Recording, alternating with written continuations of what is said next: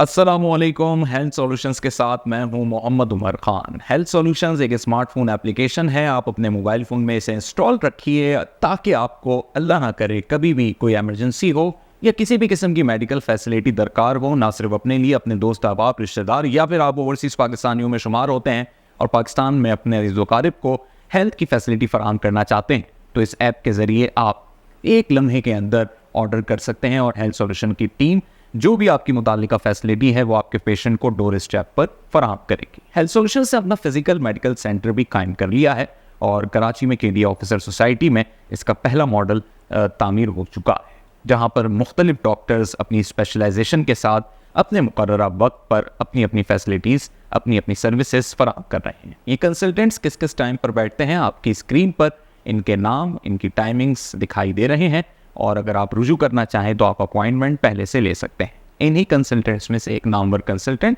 जो कि educational counselling और साइकोलॉजिकल इशूज़ पर मद्देनज़र रखते हुए अपनी कंसल्टेंसी फराहम करेंगे, जनाब डॉक्टर नसीम अहमद आज हमारे साथ स्टूडियो में भी मौजूद हैं और उनसे हम बात करेंगे। जिस तरह हमने गुज़िश्ता एक सेशन में बात की थी एजुकेशनल हेल्थ ग्रूमिंग पे, तो इसका जो सेकंड स्टेप है वो है मेंटल हेल्थ ग्रूमिंग।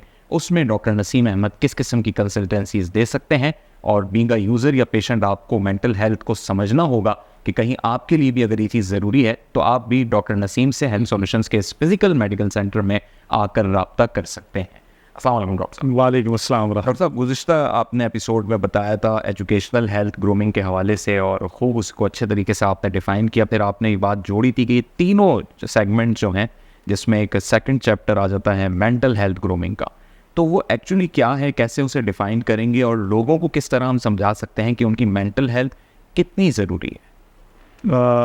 उमर भाई आपका बहुत शुक्रिया। जो मेंटल हेल्थ के इश्यूज़ हैं इस वक्त देखिए, बुनियादी तौर पर मेंटल हेल्थ लोगों की डिस्टर्ब क्यों होती है ना, किसी को कोई ट्रॉमा या इंजरी हो जाती है, कोई एक्सीडेंट हो जाता है, रोड एक्सीडेंट, तो ब्रेन थोड़ा सा मुतासर हो जाता है उसका इस वजह से, या कभी कभार आदमी शौक में चला जाता है, माली नुकसानात हो जाते हैं, या कोई बंदा कोई किसी से मोहब्बत कर रहा होता है, वो मोहब्बत में नाकाम हो जाता है, या उसकी शादी नहीं हो पाती, या उसे जॉब्स नहीं मिल रही होती।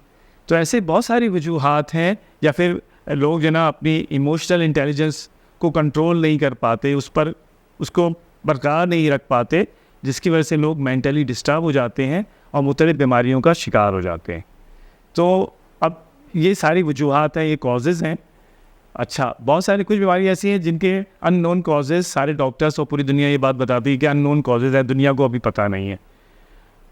तो लेकिन बहरहाल हमारे रिसर्चर इस बारे में मुसलसल कोशिशें कर रहे हैं। पूरी दुनिया के रिसर्चर ये कोशिशें कर रहे हैं कि उनके कॉजेज़ का पता चला जाए, रूट कॉजेज़ का। लेकिन बहुत सारी बीमारियाँ ऐसी हैं जिनके रूट कॉजेज़ का पता नहीं चल रहा। लेकिन अल्हम्दुलिल्लाह मेडिकल साइंस ने ऐसी मेडिसन अल्हम्दुलिल्लाह दरियाफ्त कर ली है जिसके नतीजे में हम उन लोगों के उन मसाइल को किसी हद तक कंट्रोल करने में लोगों की मदद कर रहे होते हैं ना, मेडिसिन के ज़रिए। नींद का ना आना एक बड़ा नॉर्मल सा मसला बन गया है हर एज ग्रुप में, क्या ये भी मेंटल हेल्थ में शुमार होता है? नींद के ना आने की बहुत सारी वजूहत हो सकती हैं। उसकी कुछ जिस्मानी बीमारियों की भी वजह हो सकती है, जैसे उसे नींद ना आ रही हो, और उसके अलावा कोई जहनी सुकून का ख़त्म हो जाना और मुख्तलिफ़ किस्म के मसाइल या मुख्तलिफ़ किस्म के तफक्कुरात जो हम अपने ऊपर ले रहे होते हैं ना, तो ये बहुत सारे इश्यूज़ बन सकते हैं नींद ना आने के वजह से। लेकिन असल जो आपसे बताना चाहूँगा कि हम अपने प्लेटफॉर्म से, हेल्थ सॉल्यूशन के प्लेटफॉर्म से, हम लोगों की मेंटल हेल्थ ग्रूमिंग पर काम कर रहे हैं। उन लोगों पर काम नहीं कर रहे जो बीमार हैं, बल्कि जो लोग सेहतमंद हैं वो भी हमारे पास आ सकते हैं अपनी मेंटल हेल्थ को ग्रूम करने के लिए। ये बड़ी अजीब सी बात मैं आपसे की है, यकीनन नाजरीन भी सोच रहे होंगे कि भाई हम तो बिल्कुल फ़िट हैं, हमें डॉक्टर नसीम से मिलने की क्या ज़रूरत है। तो असल बात यह है कि हम लोग जो है ना इस वक्त मेरे हैसो कौम, पूरी कौम के मसाइल ये हैं कि हम सब जज्बाती हैं, हमारे अंदर बेसब्रापन है, ज़रा सी बातों में मायूस हो जाते हैं। डिप्रेशन तो बहुत कॉमन हो चुका है हमारी यूथ में और हमारी ख़वातीन में, हमारे बुज़ुर्गों में, ओल्ड एज में। हमारे ओल्ड एज के लोग काम ही नहीं करना चाहते। बहुत से लोग जिनकी उम्रें 60 साल हो जाती है वो कहते हैं हमने बहुत कुछ कर लिया, अब हमें कुछ ज़रूरत नहीं करने की। वो उनसे वक्त नहीं पास हो रहा होता, वो परेशान होते हैं, तंग आ चुके होते हैं, लोगों को तंग कर रहे होते हैं, लोगों के लिए मुसीबत का बायस बन रहे होते हैं। तो मैं ऐसे ओल्ड एज के लोगों को, ऐसे सारे लोगों को अल्हम्दुलिल्लाह मैं उनकी काउंसलिंग करता हूँ और उनको मैं कहता हूँ भाई तुम जवान हो, भाई अभी तुम जो है ना 80 साल के हो तब भी जवान हो, शाबाश, काम करो, मेहनत करो, लोगों की मदद करो, लोगों को गाइड करो, लोगों को सिखाओ। बल्कि मैं ये कहता हूँ कि जब एक शख्स 60-70 साल का होता है तब तो उसकी सलाहियतों में निखार आता है।